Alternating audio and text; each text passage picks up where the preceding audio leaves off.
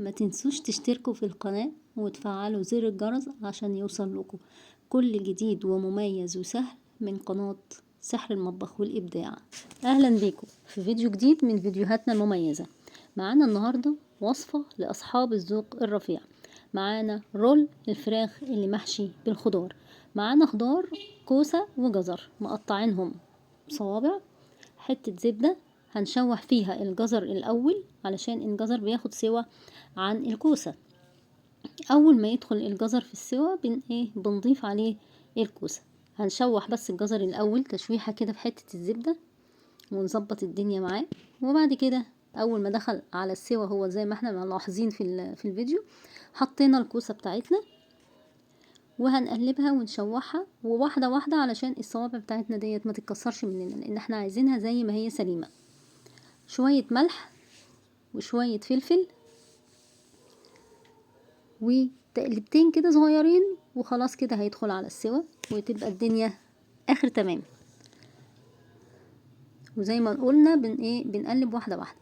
جبنا قطع البانيه، احنا البانيه بس علشان الفيديو وانا كنت بصور وقف مني.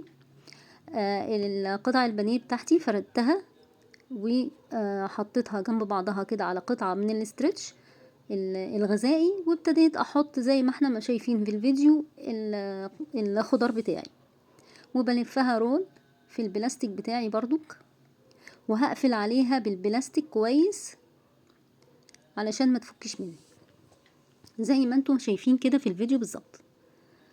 هبتدي بقى اجيب علشان يبقى محكم معايا، اجيب قطعة من الورق الفويل وهلفها فيها برضك، وهلف باحكام علشان ما تفكش خالص، يعني مش هخليها تفلفص خالص مني في مية مغلية. وهبتدي اني اسلقها غلوتين 3 كده، لان اصلا كده كده البانيه بيستوي بسرعة.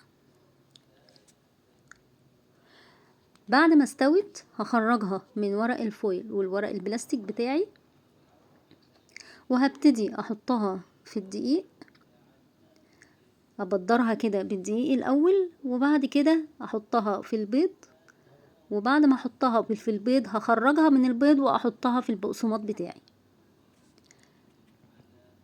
اهو. خرجناها زي ما احنا ما شايفين وبنبدرها في الدقيق. هنحطها في البيض وبعد كده هنحطها في البقسماط زي البانيه عادي، زي ما بنعمل البانيه او الفراخ اللي هي بالبقسماط. هبتدي بقى اكون مجهزة زيت غزير على النار يكون سخن، وهبتدي احطها واقليها خالص، احمرها خالص عادي خالص زي ما بحمر اي فراخ او اي بانيه.